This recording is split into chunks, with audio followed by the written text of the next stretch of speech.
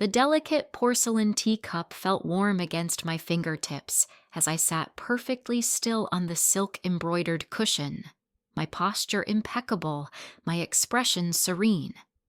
Around me, the Chen family's living room buzzed with Mandarin conversation, rapid-fire exchanges punctuated by laughter that seemed to echo off the traditional Chinese calligraphy hanging on the walls. I understood every single word, every subtle inflection, every carefully chosen phrase designed to cut without seeming overtly cruel. They had no idea. Before we jump back in, tell us where you're tuning in from, and if this story touches you, make sure you're subscribed, because tomorrow I've saved something extra special for you. My fiancé Marcus sat across from me, his body language relaxed in a way I'd never seen before.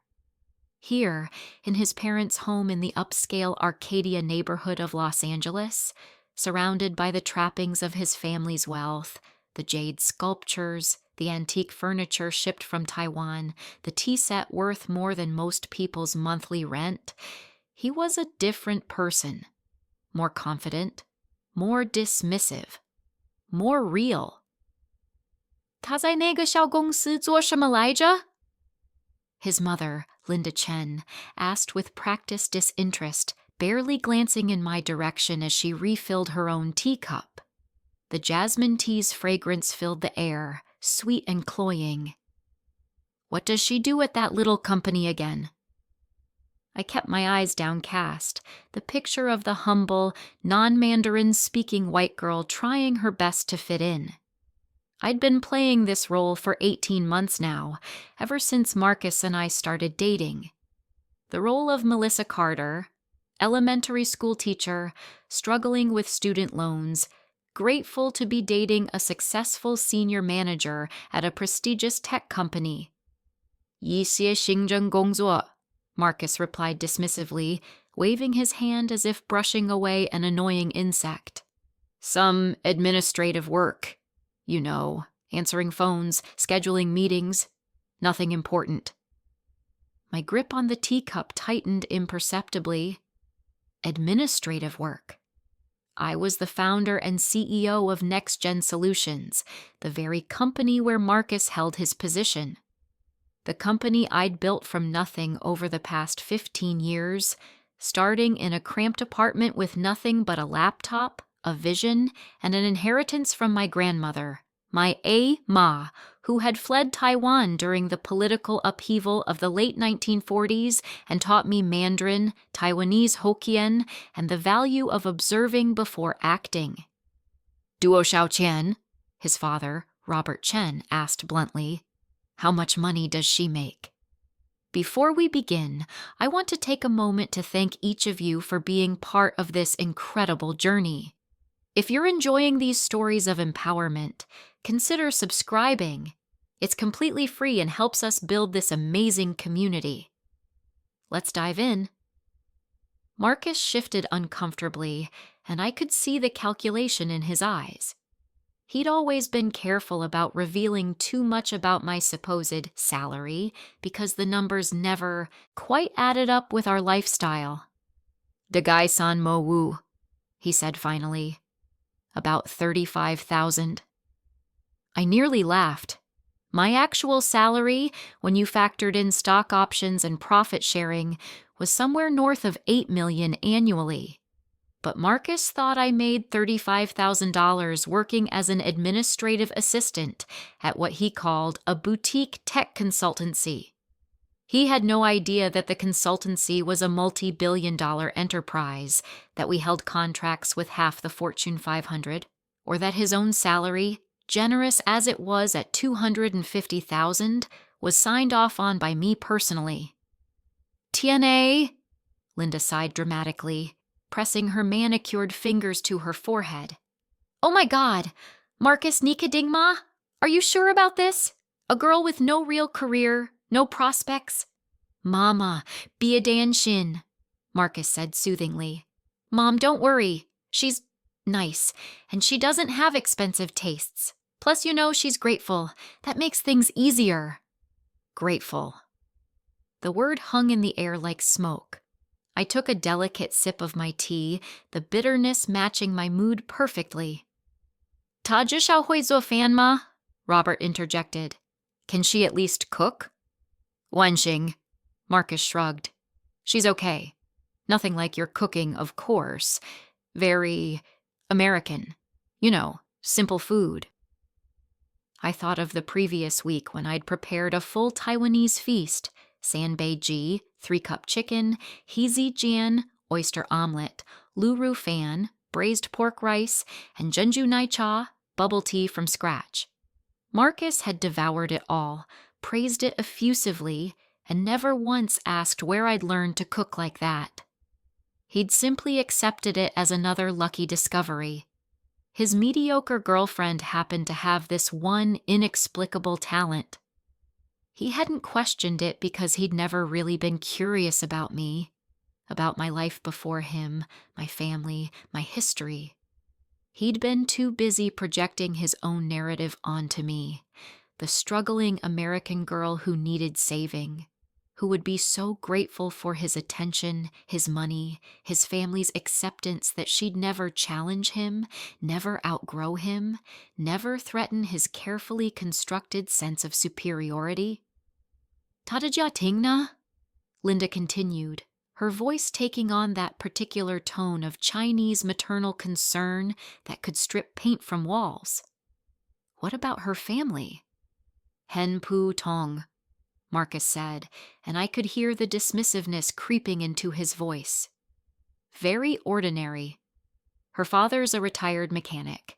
Mother's a nurse, working class. She grew up in a small town in Oregon, Portland area. Actually, my father had been a mechanical engineer who held 3 patents in automotive design before his retirement. My mother was a nurse practitioner who'd managed an entire hospital department. And I'd grown up in Lake Oswego, one of the wealthiest suburbs in Oregon, in a house my parents had bought outright with no mortgage. But I'd learned early in our relationship that Marcus needed me to come from humble origins. It made his own success feel more impressive by comparison. 他会说中文吗? Robert asked, finally looking directly at me with those sharp eyes that had probably intimidated countless business partners over the years. Does she speak Chinese? 不会, Marcus laughed, the sound harsh and grating. No way. She can barely say ni hao. I tried to teach her a few phrases, but... He made a dismissive gesture. You know how Americans are with languages? No talent for it. I maintained my pleasant, slightly confused expression, the look of someone who knows they're being discussed but can't understand the language. Inside, I was composing a mental list of every Mandarin conversation I'd overheard between Marcus and his colleagues, every supposedly private call he'd taken in what he thought was a secret language, including the call 3 weeks ago where he'd complained to his brother about my boring personality and discussed how he was only marrying me because I was low maintenance and would never cause problems. Or the conversation with his colleague David last month, conducted in rapid Mandarin over lunch, where they'd laughed about the stupid white girls at the office who had no idea they were being mocked to their faces. David Wong, Senior Project Manager, direct report to Marcus, also on my list for tomorrow's restructuring meeting. 你打算什么时候办婚礼? Linda asked, and I caught the subtle edge of reluctance in her voice. When are you planning the wedding? Marcus reached over and took my hand, giving it what I'm sure he thought was a reassuring squeeze. To anyone watching, it looked like a sweet gesture. But I could feel the possessiveness in it, the claiming. 我们在想明年春天, he said. We're thinking next spring. Something simple. You know Melissa doesn't have family money for a big wedding, so I'll be covering most of it. The lie was breathtaking in its audacity. We'd discussed a spring wedding, true, but I'd told him explicitly that I wanted to pay for half of everything, that I had savings. He'd insisted on paying, framing it as generosity rather than what it really was: control. The ability to hold the wedding over my head, to remind me of his largesse, to ensure I knew my place. "Duo Xiao Qian?" Robert asked again, this time about the wedding budget. "Maybe 50,000, Marcus said. Nothing too extravagant. She wants something modest." I'd actually suggested a budget of 200,000, explaining that I'd been saving for years. He'd looked at me with pity and said, "Honey, you don't have to pretend you have that kind of money. Let me handle it. That's what a husband does." The presumption had been staggering, but I'd smiled and nodded and let him think he was rescuing me. "Chen Lian," Linda murmured, just loud enough for me to not hear. So pitiful. "Dan Zhi Xiao Ta Hen Ting Hua." But at least she's obedient. Obedient. The word settled into my chest like a stone. My A-ma would have laughed until she cried. The woman who'd taught me that compliance was a strategy, not a surrender. That the quietest person in the room was often the most dangerous. That knowing when to speak and when to listen was the greatest power anyone could possess. "Melissa," Marcus said suddenly in English, turning to me with that bright, false smile. "My parents are asking about your work. I was just telling them how hard you've been working at your little company." "Oh," I said, my voice soft and slightly hesitant, the way I'd trained myself to speak around him. "Yes, it's been really busy lately. We have a big project coming up." "That's nice, dear," Linda said in heavily accented English, her tone dripping with condescension. She spoke English perfectly well when she wanted to. I'd heard her on the phone with her real estate clients, sharp and articulate. But with me, she always adopted this slow, loud, over-enunciated style, as if I were either very young or very stupid. "Project. Is good to keep busy." "Yes," I agreed, nodding earnestly. Tomorrow's project would keep me very busy indeed. The quarterly board meeting where we'd be discussing executive performance reviews, where Marcus's inflated expense reports would be examined in detail, where his habit of taking credit for his team's work would finally be documented and addressed, where his inappropriate relationship with a junior analyst, conducted partially in Mandarin, thinking no one in HR understood, would be formally investigated. "Marcus says you want children soon," Linda continued, her eyes scanning me with the practiced assessment of someone evaluating livestock. "How many?" I glanced at Marcus, who was suddenly very interested in his tea. We'd never actually discussed children. Not seriously. I'd mentioned once that I wanted to wait a few years to focus on my career, and he'd patted my hand and said, "Well, let's see where you are in a year or two. Maybe once you get tired of that job." "We haven't really decided," I said carefully. "Ji Shao Sangay," Marcus interjected in Mandarin, and I felt my stomach drop. "At least 3. 我需要儿子. I need sons. 她看起来能生. She looks like she could breed well. Breed. Like I was a show dog. I took another sip of tea, using the moment to compose my face. My grandmother's voice echoed in my mind. 让他们以为你不懂，让他们把所有秘密都告诉你，然后当时机成熟时 let them think you don't understand. Let them tell you all their secrets. Then, when the time is right. 3 sounds like a good number, I said in English, my voice sugary sweet. I love big families. Preparing and narrating this story took us a lot of time. So if you are enjoying it, like this video, it means a lot to us. Now back to the story. Marcus beamed at me, and for just a moment, I saw something almost like affection in his eyes. But it wasn't love. It was satisfaction. The satisfaction of a man who thought he'd found the perfect, compliant partner. Someone who would give him children, keep his house, never challenge his authority, and remain forever grateful for the privilege of being Mrs. Marcus Chen. 你真幸运, Robert said to Marcus, nodding approvingly. You're really lucky. 找到一个传统的女孩不容易. It's not easy to find a traditional girl. 现在的美国女孩太独立了. American girls these days are too independent. 太难控制. Too hard to control. Control. There it was again. The real reason Marcus had been attracted to me, or rather, to the version of me I'd carefully constructed. The struggling teacher with no family money, no connections, no language skills. The girl who needed him, who would be molded by him, who would never threaten his position as the unquestioned head of household. If only he knew that the boutique consultancy where I supposedly pushed papers was actually Next Gen Solutions, a name he mentioned constantly, usually with reverence.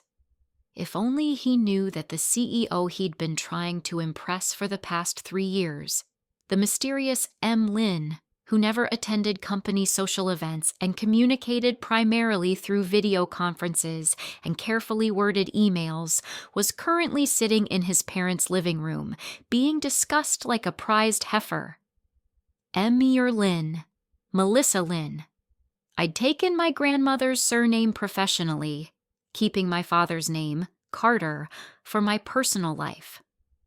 It had been a strategic decision when I founded the company at 25, a way to honor Ama's memory and maintain some separation between my public and private identities. Plus, as a woman in tech, having a somewhat ambiguous name, Emlyn could be male, could be female, could be any ethnicity, had helped me avoid some of the immediate bias that plagued the industry. Marcus had never connected the dots. Why would he? In his mind, I was Melissa Carter, struggling administrative assistant. Monsieur Lin was some mysterious, probably male, probably Chinese tech genius who'd built a billion-dollar company.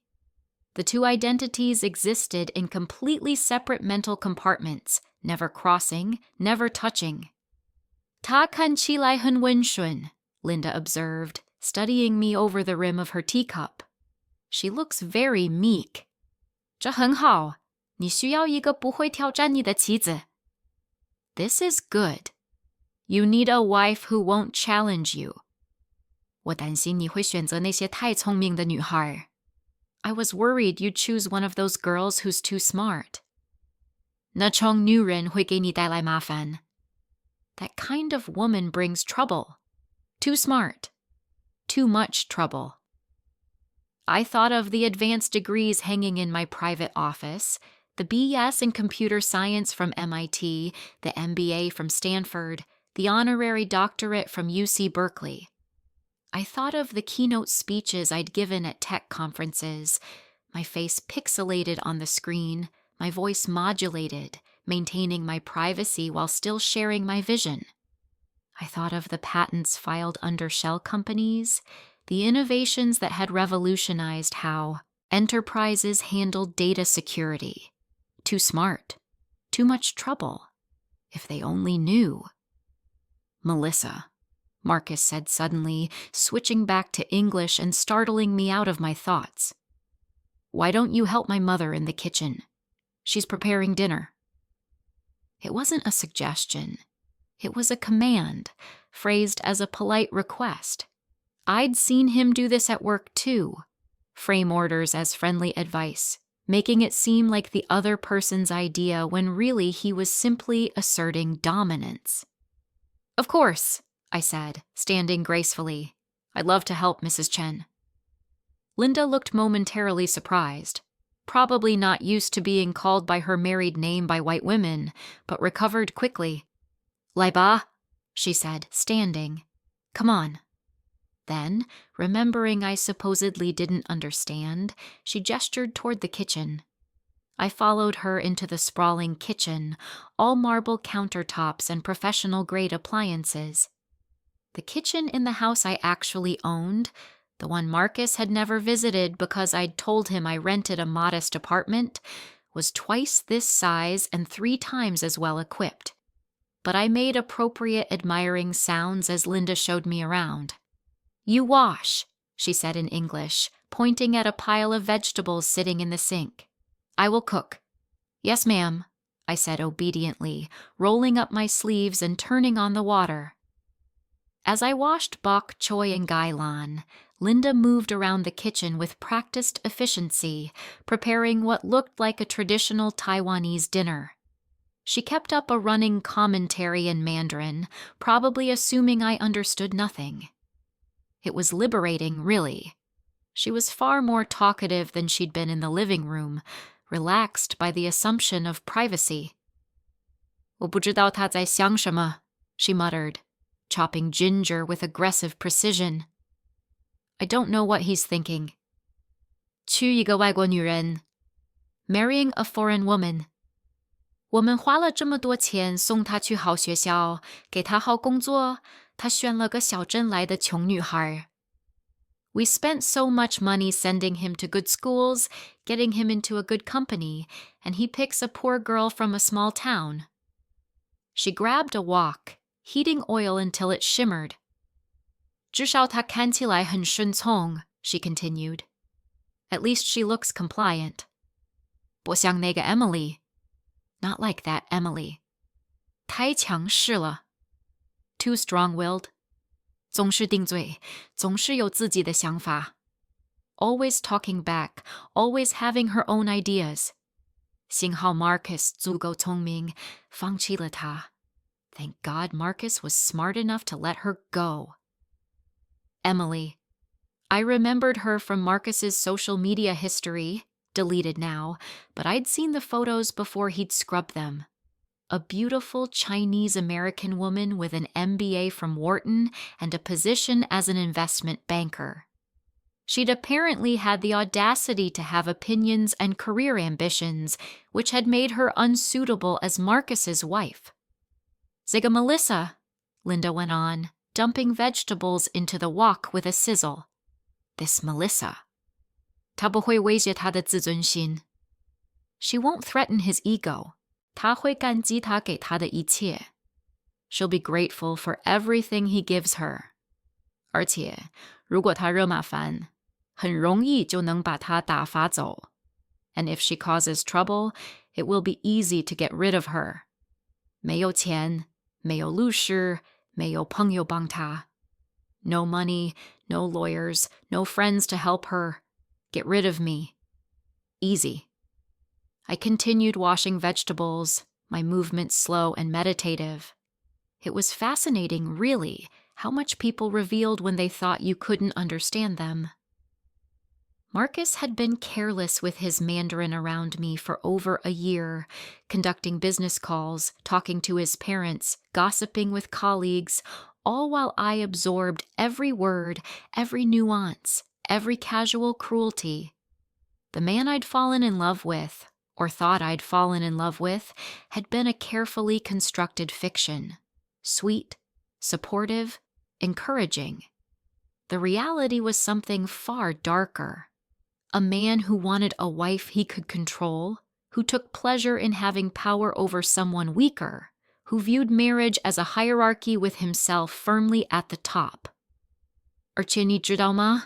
Linda said, lowering her voice conspiratorially even though we were alone in the kitchen. And you know what? Marcus 告诉我他很容易被说服. Marcus told me she's easy to convince. 他说什么他都相信. She believes everything he says. 甚至他说他在公司有多重要. Even when he tells her how important he is at the company. 他根本不知道他只是各种层管理. She has no idea he's just middle management. Middle management. I almost laughed.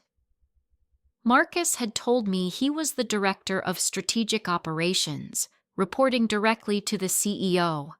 In reality, he was senior manager of regional projects, 3 levels below the C-suite, overseeing a team of 12 people. Respectable, certainly. Well paid, absolutely. But nowhere near the level of influence and importance he'd claimed. 他说老板很欣赏他, Linda continued, adding sauce to the wok. He says the boss really appreciates him. 那个神秘的 Emlyn. That mysterious Emlyn. Marcus 觉得他很快就会升职. Marcus thinks he'll be promoted soon. 也许副总裁. Maybe vice president. 他甚至没告诉 Melissa. 他在撒谎. He doesn't even tell Melissa he's lying. 他太笨了，永远不会发现. She's too stupid to ever figure it out. Too stupid. The words echoed in the steam rising from the wok. Tomorrow, Marcus had a meeting scheduled with Emir Lin, his first in-person meeting with the CEO. He'd been talking about it for weeks, certain it would be his moment to shine, to prove himself worthy of that VP position he so desperately wanted. He had no idea that Imsir Lin would be accompanied by the head of HR, 2 members of the board of directors, and a lawyer from our external counsel. He had no idea that the meeting wasn't about promotion. It was about accountability. 帮我拿那个盘子, Linda ordered, pointing to a platter on the upper shelf. Help me get that plate. I reached up, grabbing the yuzhao, heavy ceramic platter, hand-painted, probably expensive, and handed it to her.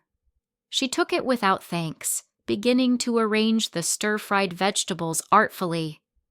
你知道最好的部分吗? She asked, more to herself than to me. You know the best part? Marcus 说等他们结婚后，他会说服她辞职. Marcus says after they're married, he'll convince her to quit her job. 待在家里照顾房子. Stay home, take care of the house. 这样她就完全依赖他了. That way she'll be completely dependent on him. 没有工作，没有收入. No job, no income. 只能做她想让她做的事. She can only do what he wants her to do. The plan crystallized with brutal clarity. Marcus didn't just want a compliant wife. He wanted to engineer my dependence, cut off any means of escape, isolate me financially and socially until I had no choice but to accept whatever he decided was best. It was, I had to admit, a decent strategy. If I were actually who he thought I was, it might have even worked. A woman with limited means, limited options, limited understanding of her own worth, she might have felt trapped, might have accepted the gradually tightening constraints, might have even convinced herself it was love. But I wasn't that woman. I'd never been that woman. I'd been playing a role, conducting an experiment, trying to understand what kind of man Marcus really was beneath the charming surface. And now I knew. 饭做好了, Linda announced. The food is ready. Then, in English, you can bring these to the table. She loaded my arms with dishes, serving platters, rice bowls, soup tureens, while she carried only the lighter items. Another test, I realized. Seeing if I'd complain, if I'd push back, if I'd show any sign of that dangerous independence she was so worried about. I carried everything to the dining room without comment, placing each dish carefully on the long mahogany table. Marcus and his father were still deep in conversation, but they stopped when we entered. 闻起来很香. Mama, Marcus said, standing to help his mother, but not me, with the remaining dishes. Smells great, Mom. We settled around the table, Marcus pulling out his mother's chair first, then finally gesturing vaguely toward mine. I sat, arranging my napkin in my lap, eyes downcast in what I hoped looked like shy gratitude. 让我们开始吧, Robert announced. Let's begin. The meal was excellent. Linda was a talented cook. I had to give her that. As we ate, the conversation flowed around me in Mandarin, occasionally punctuated by English translations that bore only passing resemblance to what was actually being said. Marcus 告诉我们你在公司工作了多久? Robert asked. Marcus told us how long you've been working at the company. 他说3年, Marcus interjected before I could answer. He says 3 years. Actually, I've been there for about 5 years, I said in English, since that was what they'd expect. In reality, I'd founded NextGen 15 years ago, but Marcus believed I'd joined the company 5 years back as an entry-level admin. He'd joined 3 years ago and somehow missed the connection that his girlfriend worked at the same company. But then again, NextGen had over 3,000 employees across multiple buildings. He worked in the main tower. I'd told him I worked in the old building across the campus where administrative services were housed. 5年换是这么低级的职位, Linda said in Mandarin, shaking her head. 5 years, and still such a low-level position. 真是没有前途. Really no future prospects. Melissa's very dedicated to her work, Marcus said in English, his voice warm with what sounded like genuine affection. It might have been touching if I hadn't just heard his mother's assessment and seen him nod in agreement. 你打算让她做什么? His father asked. What are you going to have her do? hun ho. After the wedding. Marcus set down his chopsticks carefully. 我想她应该专注于家庭, he said. I think she should focus on family. 也许做一些兼职工作, 如果她感到无聊. Maybe some part-time work if she gets bored. Dan, 主要是照顾房子, 最终照顾孩子, but mainly taking care of the house and eventually the children. 这对她来说是个进步, Linda agreed. That would be a step up for her. 至少她会有一个漂亮的房子和经济保障. At least she'll have a nice house and financial security. 比她现在拥有的好得多. Much better than what she has now. They thought they were giving me a gift. The opportunity to stop struggling, to be taken care of, to live comfortably in exchange for what? My independence, my identity, my freedom to make my own choices? Marcus has been so generous, I said in English, playing my part perfectly. I feel very lucky. Lucky indeed, Robert said in English, his accent thick but his meaning clear. My son is a good catch. Good job, good family, good future. If only he knew that good job was currently under review for multiple violations of company policy, that Marcus's performance metrics had been declining for 6 months, that 3 members of his team had filed confidential complaints about his management style, complaints that included taking credit for their work, creating a hostile environment, and yes, making inappropriate comments in Mandarin about female colleagues. I know, I said softly. I'm very grateful. Grateful. That word again. It seemed to be the cornerstone of their expectation, that I should be perpetually grateful for the privilege of being with Marcus, of being accepted by his family, of being allowed into their world. 你看, Marcus said to his parents, gesturing at me with his chopsticks. 她明白. She understands. 她知道她在这段关系中的位置. She knows her place in this relationship. My place. I took a slow breath, maintaining my placid expression. My Ama had taught me about places, how the most powerful position was often the one that seemed most humble, how the person everyone underestimated was the person who could move freely, observe clearly, and strike precisely when the moment was right. 明年春天, Linda mused. 我们需要开始计划婚礼. Next spring, we need to start planning the wedding. 简单的事情，因为它负担不起任何花哨的东西. Something simple, since she can't afford anything fancy. 也许在一家小餐厅. Maybe at a small restaurant. 家人和亲密的朋友. Family and close friends. 我想邀请一些工作上的人, Marcus said. I want to invite some people from work. 展示我做得有多好. Show them how well I've done. 也许甚至 CEO 会来. Maybe even the CEO will come. 那将非常令人印象深刻. That would be very impressive. The CEO. I took another bite of gailan, chewing slowly. Marcus wanted to invite me to his wedding to me. The irony was so perfect it was almost painful. Monsieur Ling Kong Bu Kanja Gong Si Huadong, Robert observed skeptically. Monsieur Lin never attends company events. 他很有名的隐私. He's famous for his privacy. She, I corrected automatically in English before I could stop myself. Everyone turned to look at me, and I felt my heart rate spike. Sorry, I thought, isn't the CEO a woman? I thought I saw something. Where would you see something like that? Marcus asked, his tone indulgent but with an edge of irritation. You don't exactly move in those circles, honey. I thought I read it somewhere. Maybe I'm wrong. I ducked my head, the image of submission.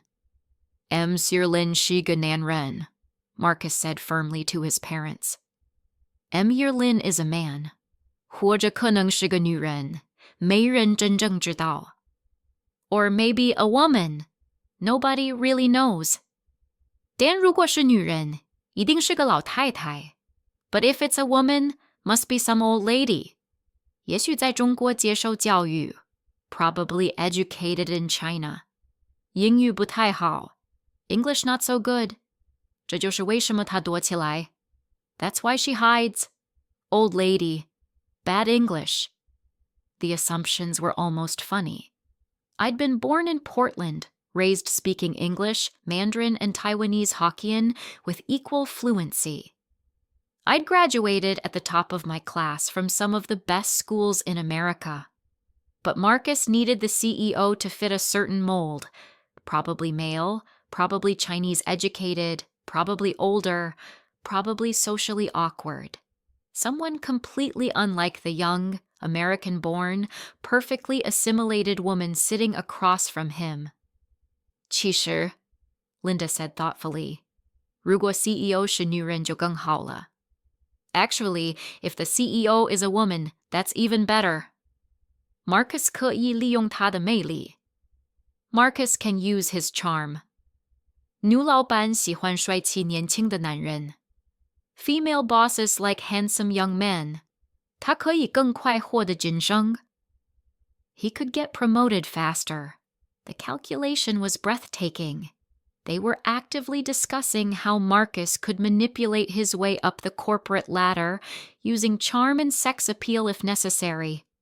I wondered if they'd be quite so eager if they knew that Monsieur Lin had zero interest in Marcus beyond his function as an employee, and that even in that capacity, he was rapidly becoming a liability. Ma, Marcus laughed. 我不认为 CEO 关心我长什么样. Mom, I don't think the CEO cares what I look like.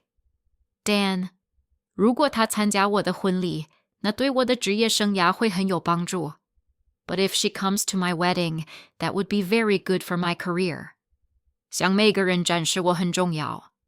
Show everyone that I'm important. Important. The word everyone in his life seemed to orbit around. Marcus needed to be important, needed to be seen as powerful, needed to be respected. It wasn't enough to do good work. He needed the recognition, the title, the public acknowledgement of his worth. What he didn't understand was that truly important people rarely needed to announce it. 婚礼之后你们会住在哪里? Robert asked. Where will you live after the wedding? 他现在租的那个小公寓, Marcus said dismissively. That little apartment she rents now. 太小了. Too small. 我在想我们可以搬进我的公寓. I'm thinking we can move into my apartment. 两句是很不错的地方 2 bedroom, nice place. 他会很兴奋的 She'll be thrilled. Marcus's apartment was indeed nice. A modern 2-bedroom in downtown LA that he'd been very proud to show me when we'd started dating. He'd made a point of mentioning the rent, $3,500 a month, and how it was a stretch on his salary but worth it for the location. What he didn't know was that I owned the building. NextGen had invested in commercial and residential real estate across Los Angeles 5 years ago, a portfolio move that had proven incredibly lucrative. Marcus was technically my tenant. I received a portion of his rent check every month, filtered through several management companies and investment groups. The universe had a sense of humor sometimes. 3500一个月, Linda said, impressed. $3,500 a month. 那是很多钱. That's a lot of money. 她肯定从未住过这么好的地方. She certainly never lived anywhere this nice. Actually, my primary residence, the one Marcus knew nothing about, was a 4-bedroom house in Pasadena with a mountain view, a pool, and a monthly carrying cost of about $12,000 when you factored in mortgage, property taxes, and maintenance. But who was counting? 她会刮音的, Marcus said confidently. She'll adjust. 很快她就不会记得她的破旧小公寓了. Soon she won't even remember her shabby little apartment. The shabby little apartment was actually a well-maintained 1-bedroom I'd rented specifically for this purpose, a place to maintain my cover story. I'd furnished it from IKEA, decorated it blandly, made it look exactly like what you'd expect from someone making $35,000 a year. I'd taken Marcus there exactly twice, citing privacy concerns and an embarrassing living situation. He'd been so uncomfortable both times, trying to hide his distaste for the modest space, that he'd never suggested coming back. Hun ho, Linda said, leaning forward conspiratorially. 你需要开实验室他不该工作. After the wedding, you need to start suggesting she shouldn't work. 慢慢来, slowly. 先说她看起来很累. First say she looks tired. 然后说你担心她的健康. Then say you're worried about her health. 最后提议她待在家里休息一段时间. Finally, propose she stay home to rest for a while. 一旦她辞职了，就很难再回去了. Once she quits, it will be very hard to go back. It was a roadmap for isolation, a step-by-step guide to cutting me off from financial independence and social connections, delivered casually over dinner, between bites of rice and sips of soup, as if it were the most natural thing in the world. 这是个好主意, Marcus agreed. That's a good idea. 我已经开始了. I've already started. 上周我告诉她，她看起来很紧张. Last week I told her she looked stressed. 她说工作很忙. She said work was busy. 我说她应该考虑减少工作时间. I said she should consider cutting back her hours. He had said that. We'd been having dinner at a mid-range restaurant, nice enough to seem generous, not so expensive that it contradicted his narrative about supporting me financially, and he'd reached across the table to take my hand. You look exhausted, babe, he'd said, with what seemed like genuine concern. Is work wearing you down? Maybe you should think about cutting back to part-time. I can help with your bills if money's tight. At the time, I'd been managing a crisis with our European office, a data breach that required my immediate attention and 3 consecutive all-nighters. I had been exhausted, but not from my supposed administrative work, from running a company, managing thousands of employees, and ensuring that our clients' data remained secure. 她说了什么? Linda asked eagerly. What did she say? 她说她会考虑的, Marcus replied. She said she'd think about it. 她总是很顺从. She's always so compliant. 这就是为什么她很完美. That's why she's perfect. 不像那些总是争论一切的现代女性. Not like those modern women who argue about everything. Perfect. Compliant. Obedient. The words piled up like stones, each one building a clearer picture of what Marcus really wanted from marriage. Not a partner, but a possession. Not a wife, but a dependent. Someone who would reflect well on him, defer to him, and never ever threaten his fragile sense of superiority. 你很幸运找到他, Robert said, nodding approvingly at his son. You're lucky you found her. 现在的女人太独立了. Women these days are too independent. 她们想要事业，想要平等.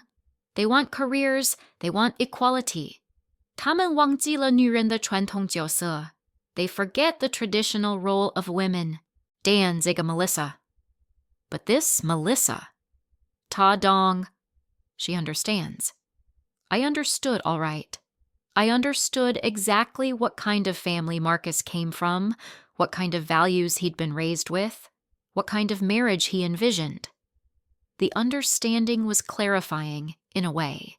It removed any lingering doubt, any last hope that maybe I'd misread the situation, that maybe beneath his casual dismissiveness was a good man who truly cared about me. There wasn't. There was just this. A man who wanted a wife he could control, a family who supported that desire, and a series of carefully calculated steps to ensure I would have no choice but to comply. Shu yao gengduo chama, Melissa, Linda asked in English, her voice syrupy sweet. More tea? Yes, please, I said gratefully, holding out my cup. Thank you so much, Mrs. Chen. Dinner is delicious.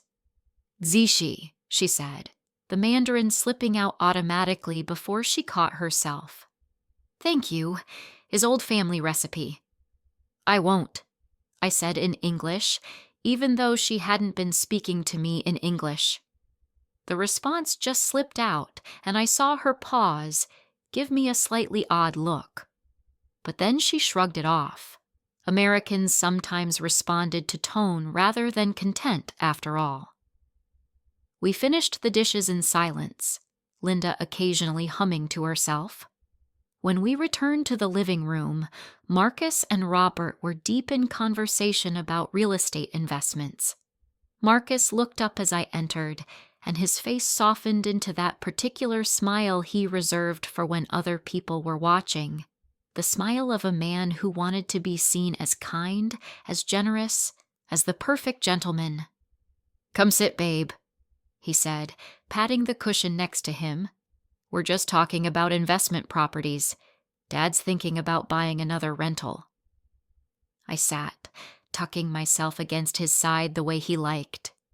He put his arm around me, and I felt the weight of ownership in the gesture. This is mine, his body language said. This belongs to me. 你明天有什么计划? Robert asked Marcus, reaching for his tea. What are your plans for tomorrow? 大会议, Marcus said, and I felt him sit up straighter with excitement. Big meeting. He CEO. With the CEO. Emma Lin Xiang 亲自见我. Monsieur Lin wants to meet me in person. 这可能意味着晋升. This might mean a promotion. 这是个好兆头, Linda said, nodding approvingly. That's a good sign. 确保你给人留下好印象. Make sure you make a good impression. 我会的, Marcus assured her. I will. 我准备了一个关于我项目成功的演示. I've prepared a presentation about my project successes. 所有我监督过的主要举措. All the major initiatives I've overseen. All the initiatives his team had actually implemented while he took credit. I'd seen the internal reports, read the emails, reviewed the documentation.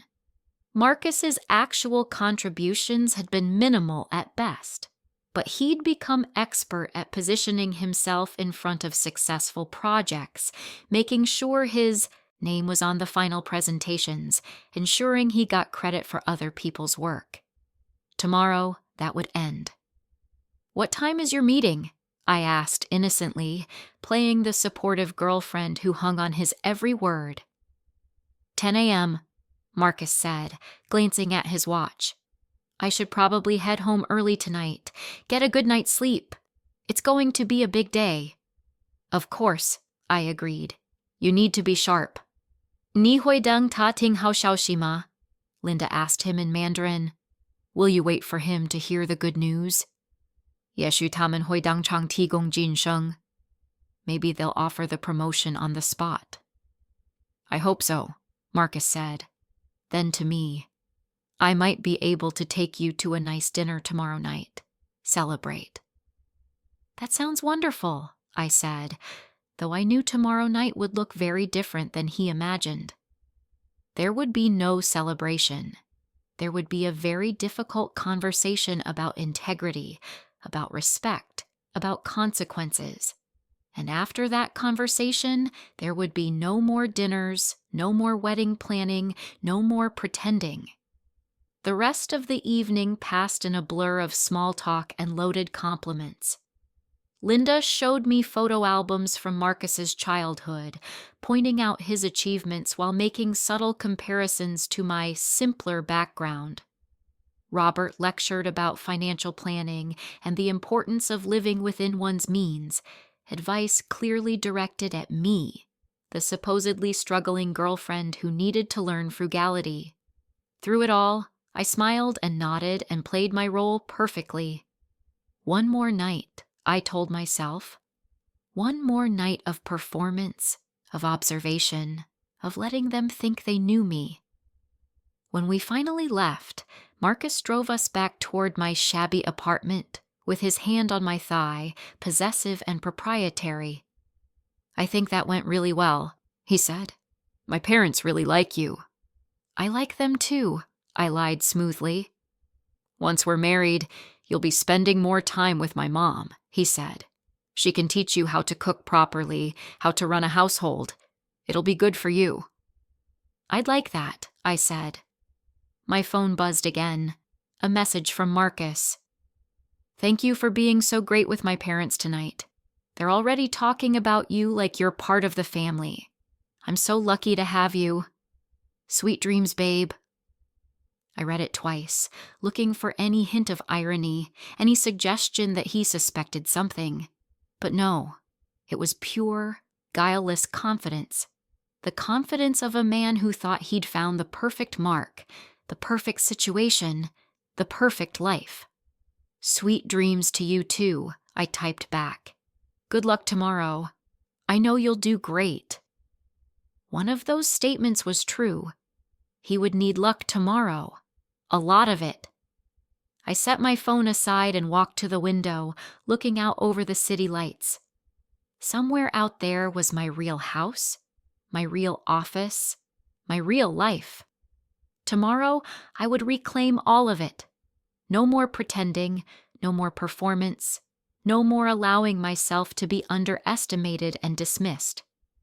Tomorrow, Marcus, Chen would learn what Lin already knew, that the quietest person in the room was often the most dangerous, that compliance was sometimes a strategy rather than a surrender, and that underestimating someone because of their gender, their appearance, their supposed status was the most costly mistake anyone could make.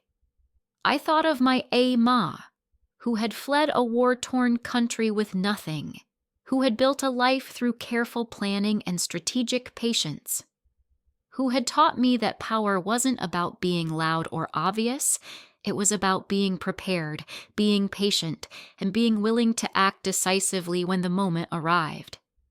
"Mingtian, Ma," I whispered to the night sky. "Tomorrow, Grandma. Mingtian tamen hui xue dao."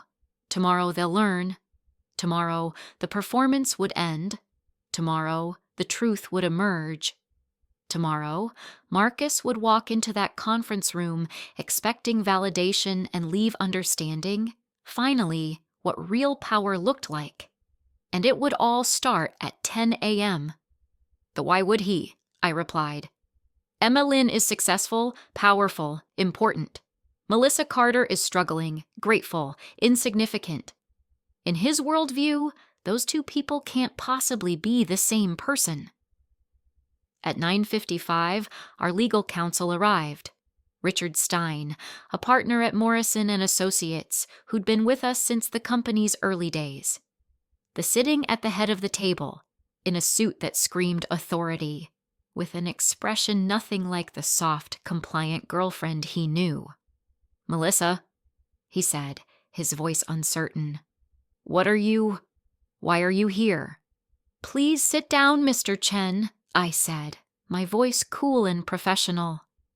I gestured to the seat at the opposite end of the table, the subordinate's position. He stood frozen, his presentation folder clutched in his hands. "I don't understand. Where's Em Lin? I'm supposed to meet with—" "Sit down." The command in my voice was unmistakable. He sat slowly, his eyes never leaving my face. I could see his mind working, trying to reconcile the woman in front of him with the girlfriend who'd meekly helped his mother wash dishes last night. "Mr. Chen," I began formally, "I'm Melissa Lin, founder and CEO of Next Gen Solutions. I believe you've been hoping to meet me." The color drained from his face. That's not possible. You work in administrative—" "I don't," I said calmly. "I never have. Everything you thought you knew about me was a carefully constructed fiction. A test, if you will, to see what kind of man you really were." "这不可能," he whispered in Mandarin. "This isn't possible." 但这是可能的. I replied in the same language, watching his face transform with horror. "Oh, but it is possible. 而且我理解你说的每一个字。在你父母家，在办公室，在你认为安全的每一次谈话中。And I've understood every word you've said. At your parents' house, at the office, in every conversation you thought was safe. Oh my God," he breathed, switching back to English. You speak Mandarin?" "Fluently. Along with Taiwanese Hokkien. My A-ma taught me before she died. She also taught me the value of observation, of patience, and of letting people reveal their true selves." Sarah slid a folder across the table to him. "These are formal complaints filed by members of your team over the past 6 months. Sexual harassment, hostile work environment, credit theft, and inappropriate use of company resources." Another folder. "These are your expense reports," Richard said. "Highlighted sections indicate fraudulent claims totaling approximately $47,000 over 2 years. A third folder from Catherine. "These are performance reviews from your direct reports. Note the pattern of declining morale, increased turnover, and documented instances of you taking credit for others' work." Marcus opened his mouth, closed it, opened it again. "I can explain." "You can't," I said. "We have recordings, emails, witness statements. We have your own words, in Mandarin, discussing how to manipulate female colleagues and subordinates. We have documentation of every lie you told, every false report you filed, every person you betrayed for your own advancement." "Melissa, please," he said, and I heard panic creeping into his voice. "Whatever you think you know." "I know everything," I interrupted. "I know you told your parents I make $35,000 a year. I know you planned to isolate me financially after the wedding. I know you mocked my cooking, my appearance, my intelligence, all in a language you thought I couldn't understand. I know you view marriage as ownership and women as property to be controlled." His hands were shaking. "I love you." "No, you don't.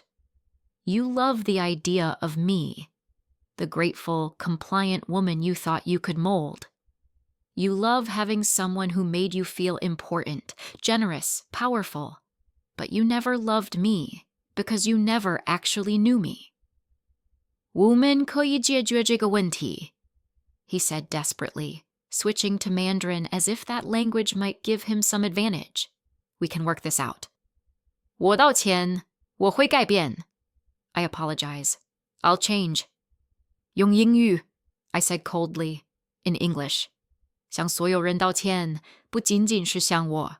Apologize to everyone, not just to me. Jay, you could, Richard agreed, and you'd lose.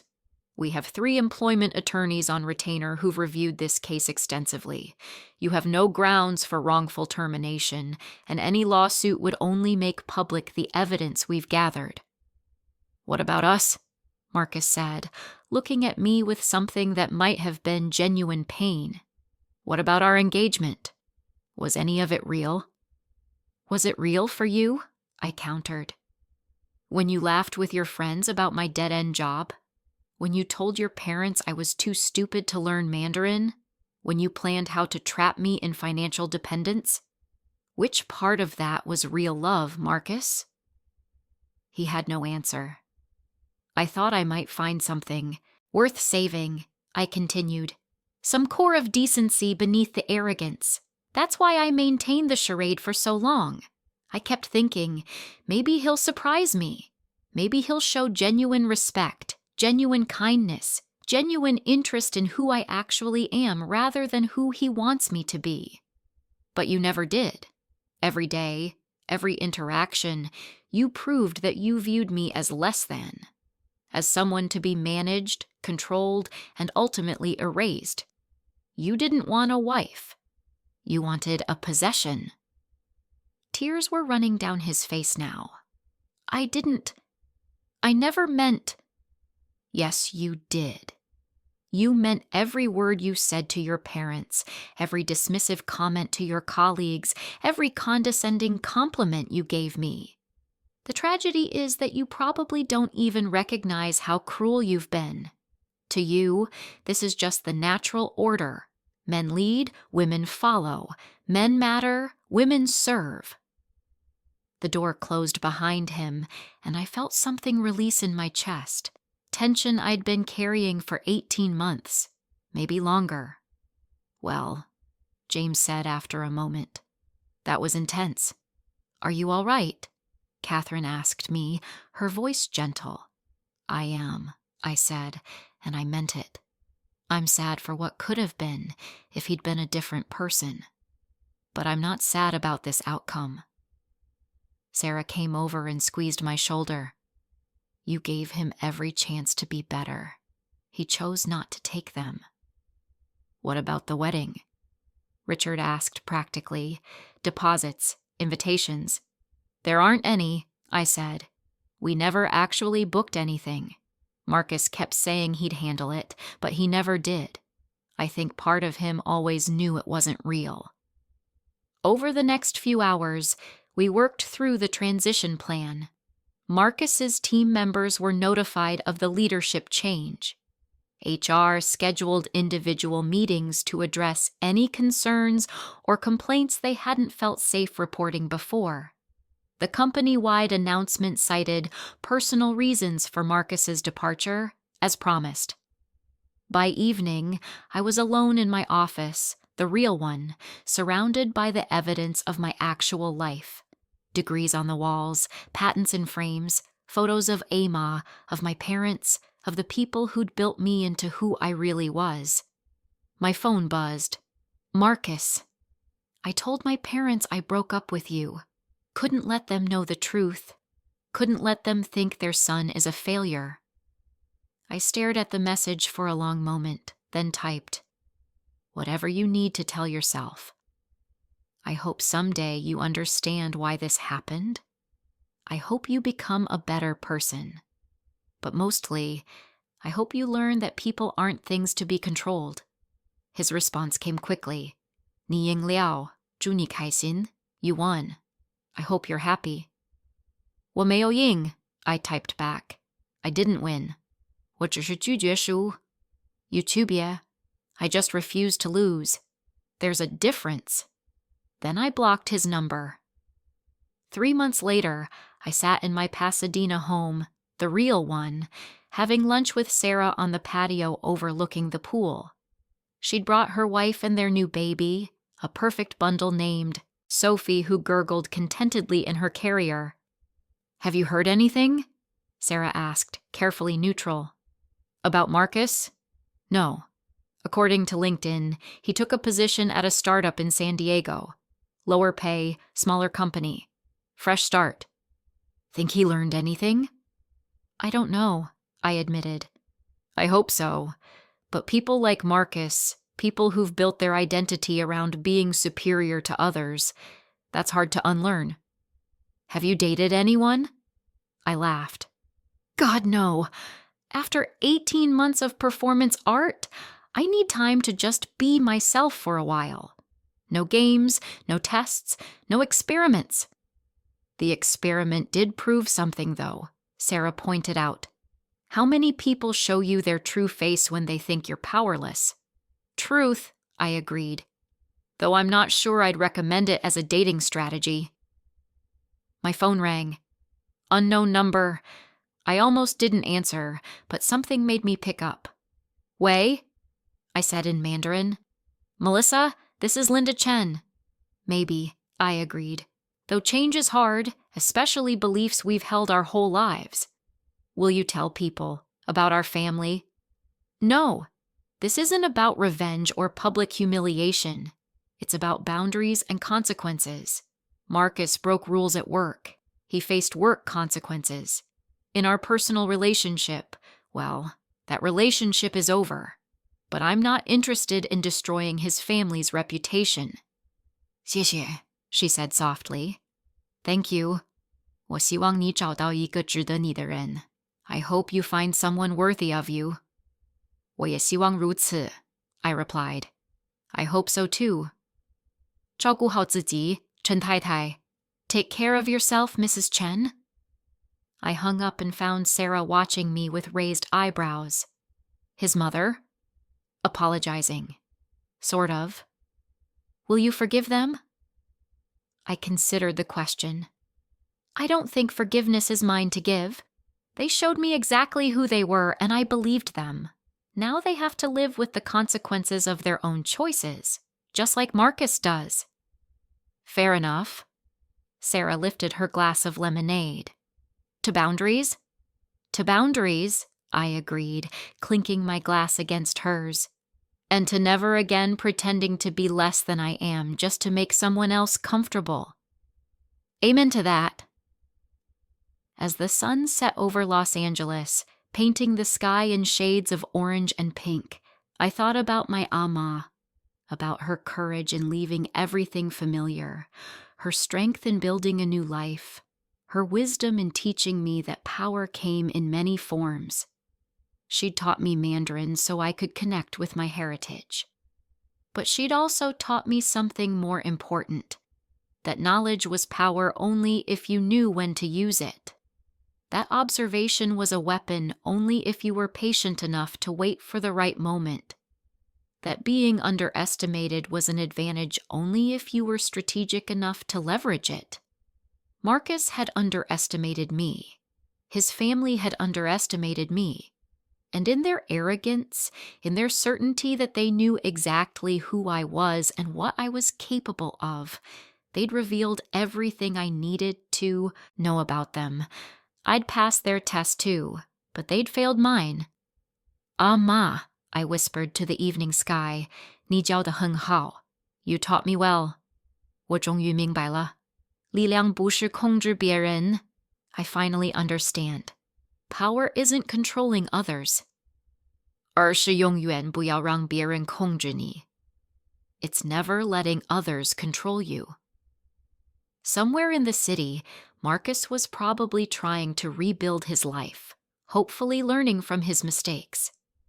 His parents were probably processing the revelation that their son's perfect girlfriend had been his boss all along.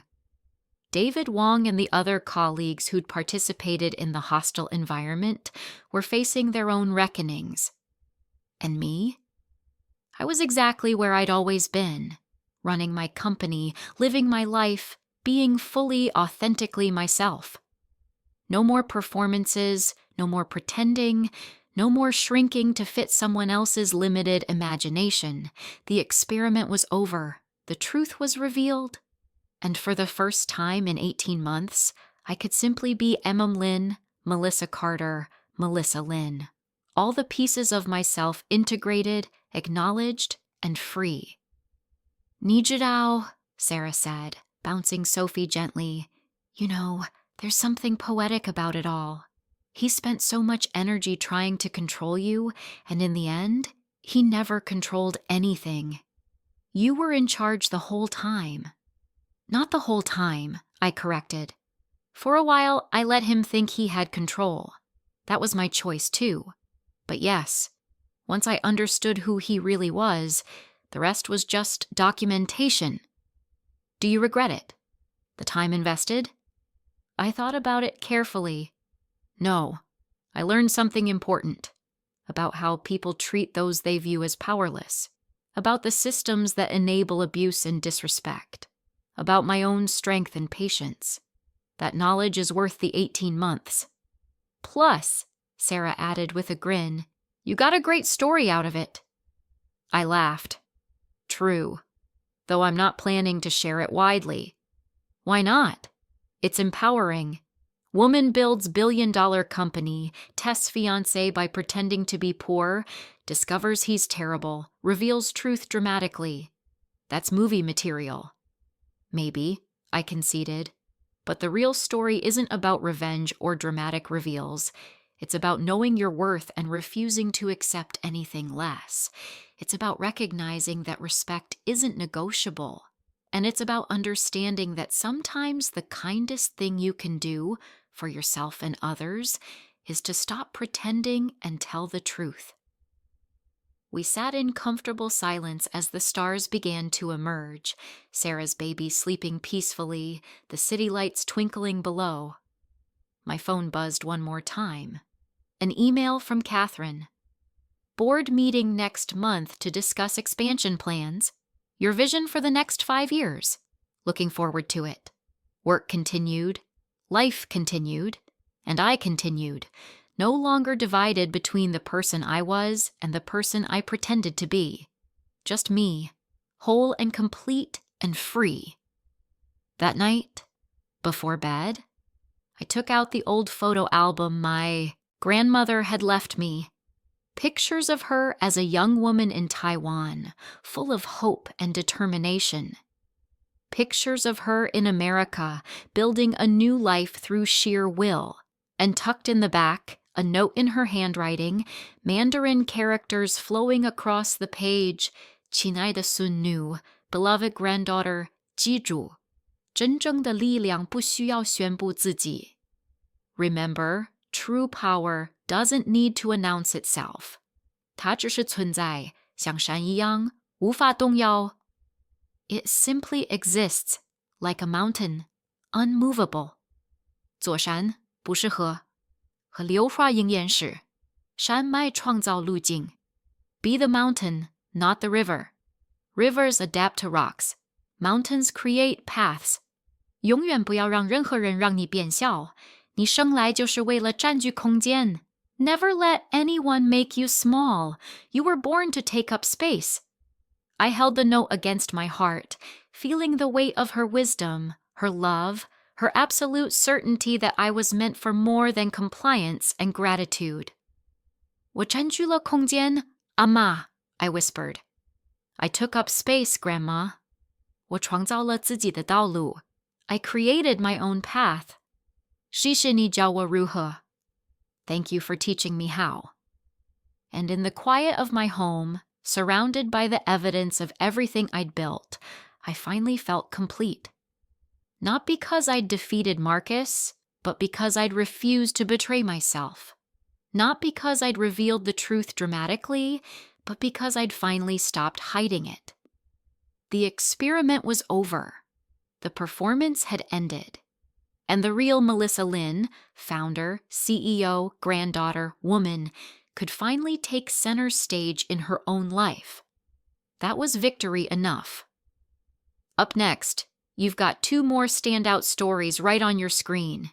If this one hit the mark, you won't want to pass these up. Just click and check them out. And don't forget to like, subscribe, and turn on the notification bell so you don't miss any upload from us.